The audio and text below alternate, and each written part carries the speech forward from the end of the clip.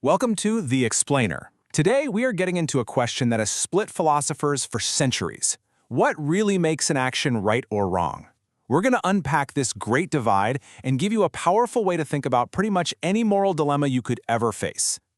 So let's just dive right in with a classic. Your friend walks up so excited about a new haircut and, well, it's just not good at all. They ask you, what do you think? Do you tell a little white lie to spare their feelings?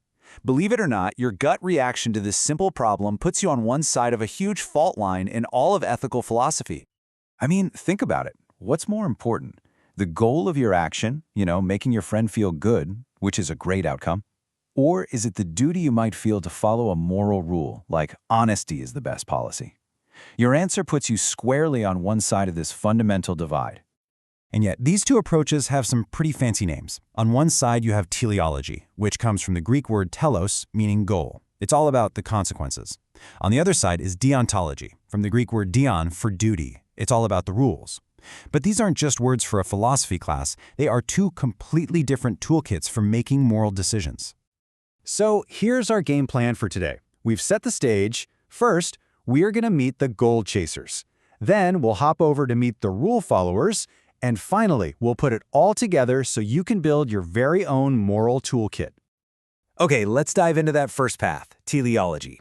For a teleologist, no action is good or bad on its own. Nope, its moral value comes completely from the outcome it produces. So for them, yeah, the end really does justify the means. But that immediately raises a huge question, right? If our actions are all aimed at some goal, what is the ultimate goal of human life? For almost all of Western philosophy, the answer has been some form of happiness. But as you can probably guess, philosophers have had wildly different ideas about what happiness actually is. So we can pretty much group these goal chasers into three big camps, and each one has its own definition of happiness. Let's start with the most famous one, and maybe the most misunderstood, hedonism. Now, when you hear the word hedonism, you probably think of wild parties, total indulgence, just living for the moment. But for the actual philosophers who came up with this stuff, it was way more sophisticated than that.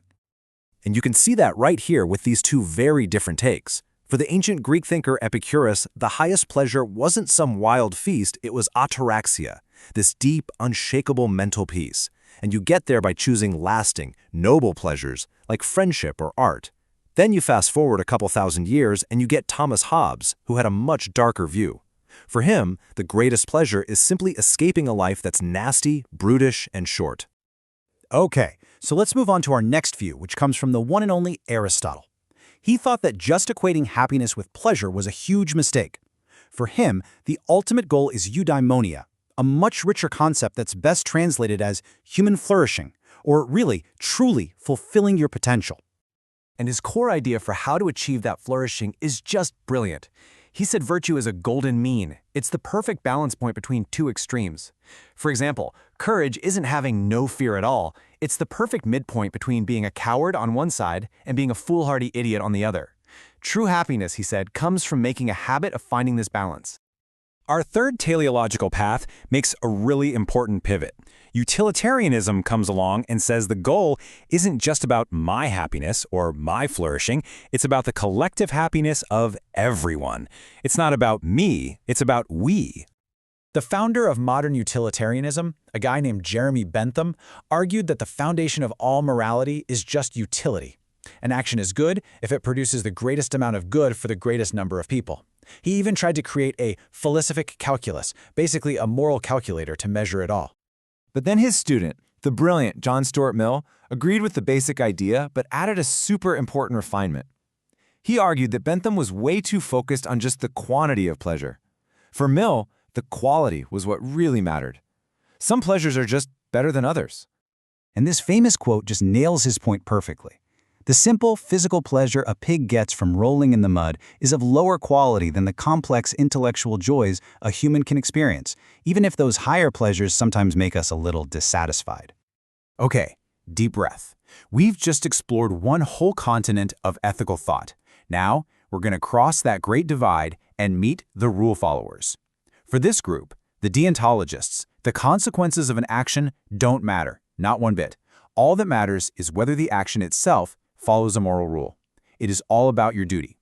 Well, this of course raises a massive question. If we have these absolute moral duties that we have to follow, where do they come from? Who or what is giving us these rules?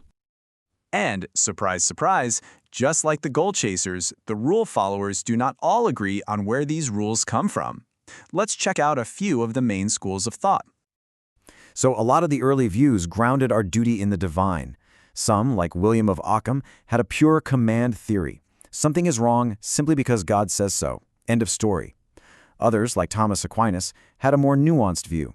He argued God built a rational, natural law into the very fabric of the universe, and we can discover it using our reason. But then, Immanuel Kant comes along and completely changes the game. He made this radical, incredibly influential argument that for an action to be truly moral, it has to come from within. He said, look, if you're just following orders, whether from God or the government or your parents, you're not acting morally. You're just being obedient.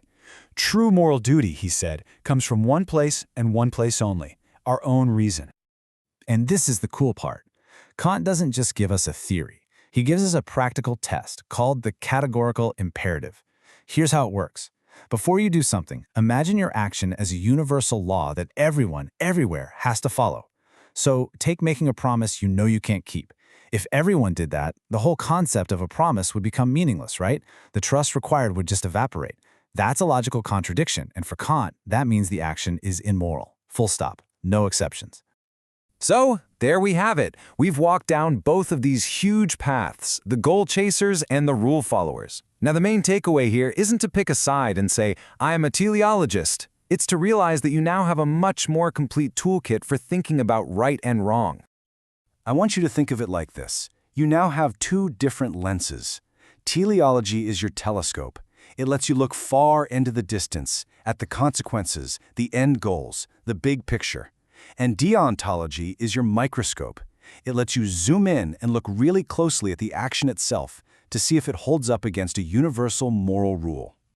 Let's put your new toolkit to the test with probably the most famous ethical dilemma of all time. You know this one. A runaway trolley is about to kill 5 people tied to the track. You are standing next to a lever. If you pull it, the trolley will switch to another track, but there's one person on that track who will be killed. Do you pull the lever? Your inner utilitarian, looking through that telescope at the best overall outcome, is probably screaming, yes, save 5 lives instead of 1. But your inner Kantian, looking through the microscope, has to ask if the action of intentionally causing someone's death can ever be a universal law. What do? The answer isn't easy. The goal chaser and the rule follower that live inside your head might be shouting two very different things at you. But that tension, that disagreement between looking at goals and looking at duties, that is the very engine of ethics. And now, it's a tension you can explore for yourself.